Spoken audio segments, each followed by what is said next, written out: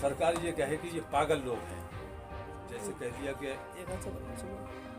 वो तो जीवी बताया जाने लगा, आंदोलन जीवी है।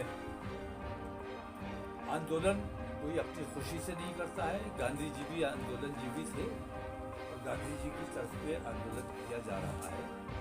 अपनी मांगों को लेकर बैठे हुए हैं। सरकार को चाहिए कि हमदर्दी के साथ उनकी मांगों पर गौर किया जाए और जो कानून उनको नापसंद हैं, देश हित में भी नहीं है वो कानून, क्योंकि किसानों की और समस्याओं के अलावा मैं ये देखता हूँ कि भंडारण की जो हुकूमत ने खुली छूट दे दी है, इस भंडारण की खुली छूट से उन लोगों के पास पैसा भी है, उन लोगों के पास सरकार से भी बड़े बड़े 10-10, 20-20 गुना बड़े गोदाम है।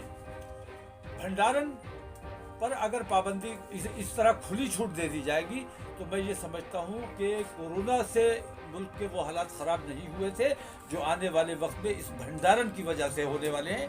हमारे यहाँ इस्लाम में भी ज़ख़ीरा अंदोज़ी को मना फरमाया गया है। ज़ख़ीरा अंदोज़ी ना मुल्क के लिए बेहतर है ना आवाम के लिए बेहतर है। इसलिए ज़ख़ीरा अंदोज़ी का जो कानून इन्होंने किया है इसको फ़ौरन रद्द किया जाना चाहिए और MSP तय की जानी चाहिए। तकरीबन 90 दिन से किसान सड़कों पर बैठे हुए हैं और उनके साथ हमदर्दी से गौर नहीं किया जा रहा है। ये मैं समझता हूँ कि इंसानियत को शर्मसार करने की बात है और इंसानियत को अब शर्मसार नहीं होने दिया जाएगा। मैं अपील करता हूँ तमाम हिंदुस्तान के हिंदू और मुसलमान भाइयों से कि उन किसानों के बारे में हमदर्दी से सोचे। वो अपनी लड़ाई नहीं लड़ रहे हैं।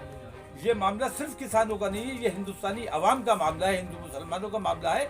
इसलिए तमाम लोगों को उन किसानों के आंदोलन में शरीक होना चाहिए। अभी 2 रोज पहले मेरे पास खबर आई, रामपुर में एक वाकया हुआ। रामपुर के लोग गए थे, जिम्मेदार लोग वहाँ के किसानों के आंदोलन में, वहाँ से वापस आए हैं तो वहाँ के SP ने अकेले में कमरे में ले जाकर उन लोगों के साथ बदतमीजी की कि क्यों बे तू किसानों के आंदोलन में क्यों गया था। संभ्रांत लोगों से, असरदार लोगों से, बाइज्जत लोगों से इस तरह से उनका मानहानि की जाएगी, उनकी बेइज्जती की जाएगी, इसको किसी भी कीमत पर बर्दाश्त नहीं किया जाएगा।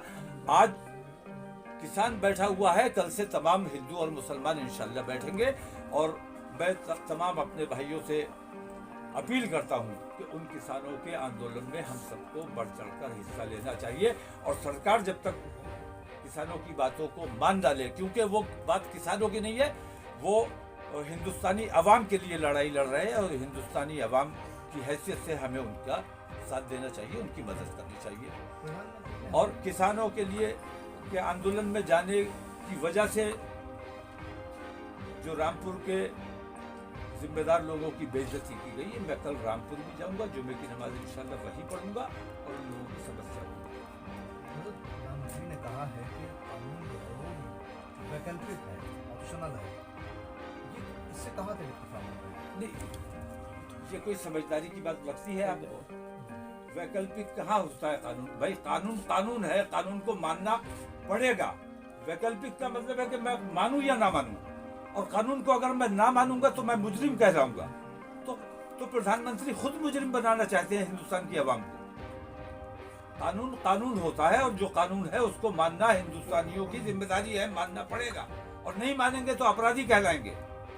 तो प्रधानमंत्री तो बराह रास्त हिंदुस्तानी आवाम को अपराधी बनाने का रास्ता बता रहे हैं। इस किस्म की गैर जिम्मेदार गुफ्तगू नहीं होनी चाहिए।